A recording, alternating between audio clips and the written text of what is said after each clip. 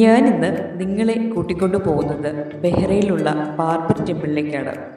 മധ്യപൂർവേഷ്യയിലെ ചെറിയൊരു രാജ്യമാണ് ബഹ്റൈൻ. ഇന്ന് അത് ആധുനിക നഗരങ്ങളും ഉയർന്ന കെട്ടിടങ്ങളും കൊണ്ട് പ്രശസ്തമാണ്. എന്നാൽ ആയിരക്കണക്കിന് വർഷങ്ങൾക്ക് മുമ്പ് ഇവിടെ ഒരു മഹത്തായ സംസ്കാരം ജീവിച്ചിരുന്നു.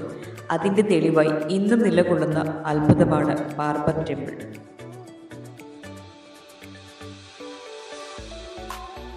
ഏകദേശം 4000 വർഷം പഴക്കമുള്ള ഈ ക്ഷേത്രം ദിൽമുൻ സിവിലൈസേഷന്റെ ഭാഗമാണ്. ഐതിഹ്യപ്രകാരം ഇത് ഹിന്ദു ദേവനായ ശിവനോട് ബന്ധപ്പെട്ടുള്ളതാണെന്ന് ചില ഗവേഷകർ പറയുന്നു. 3 ഘട്ടങ്ങളിലായാണ് ഈ ക്ഷേത്രം പുനർനിർമ്മിക്കപ്പെട്ടത് എന്ന് പറയപ്പെടുന്നു.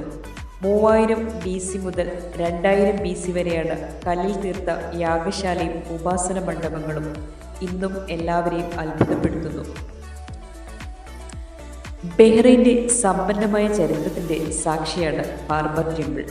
4000 വർഷങ്ങൾക്ക് മുമ്പ് ദിൻമുൻ സംസ്കാരകാലത്ത് നിർമ്മിച്ച ഈ ക്ഷേത്രം ഇന്നും അതിൻ്റെ പുരാതന മഹത്വം ഓർമ്മിപ്പിക്കുന്നു.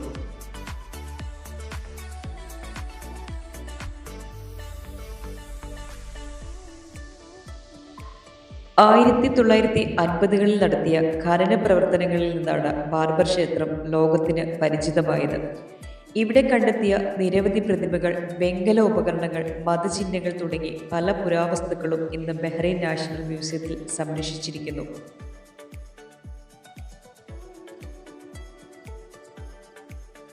ക്ഷേത്രത്തിൻ്റെ ഏറ്റവും ആകർഷകമായ സവിശേഷത അതിനടുത്തുള്ള സ്വാഭാവിക ഉറവിടമാണ്. വെള്ളം ദൈവികമാണെന്ന് കരുതിയിരുന്ന ആ കാലത്ത് ഈ ഉറവിടം തന്നെ ബാർബർ ക്ഷേത്രത്തെ പ്രത്യേകമാക്കിയിരുന്നു.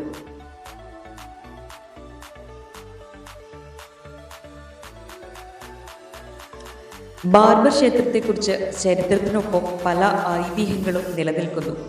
ഒരു വിശ്വാസപ്രകാരം ക്ഷേത്രത്തിൻ്റെ സമീപത്തെ സ്വാഭാവിക ഉറവിടം സാധാരണ വെള്ളമല്ലായിരുന്നു എന്നാണ്. ദൈവിക ശക്തിയുള്ള ജീവജലമായിരുന്നുവെന്ന് പുരാതനക്കാർ കരുതിയിരുന്നു.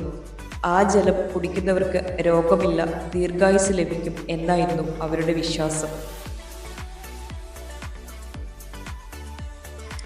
കൂടാതെ ചില ചരിത്രകാരന്മാർ പറയുന്നത് ബാർബർ ക്ഷേത്രം സമുദ്രദേവനായ എൻകി സമർപ്പിച്ചതാണെന്നാണ്. വെള്ളം, ജനനം, ജീവിതം ഇവയെല്ലാം തന്നെ ആ കാലത്ത് ദൈവികമായ ശക്തികളുടെ പ്രതീകമായി അവർ കണ്ടിരുന്നു.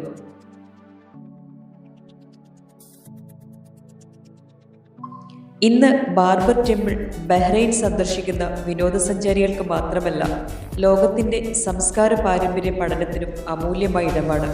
പുരാതന കാലത്തും മനുഷ്യൻ ദൈവത്തോടുള്ള ബന്ധം അന്വേഷിച്ചിരുന്നതിൻ്റെ തെളിവായി ബാർബർ ക്ഷേത്രം ഇന്നും നിലകൊള്ളുന്നു.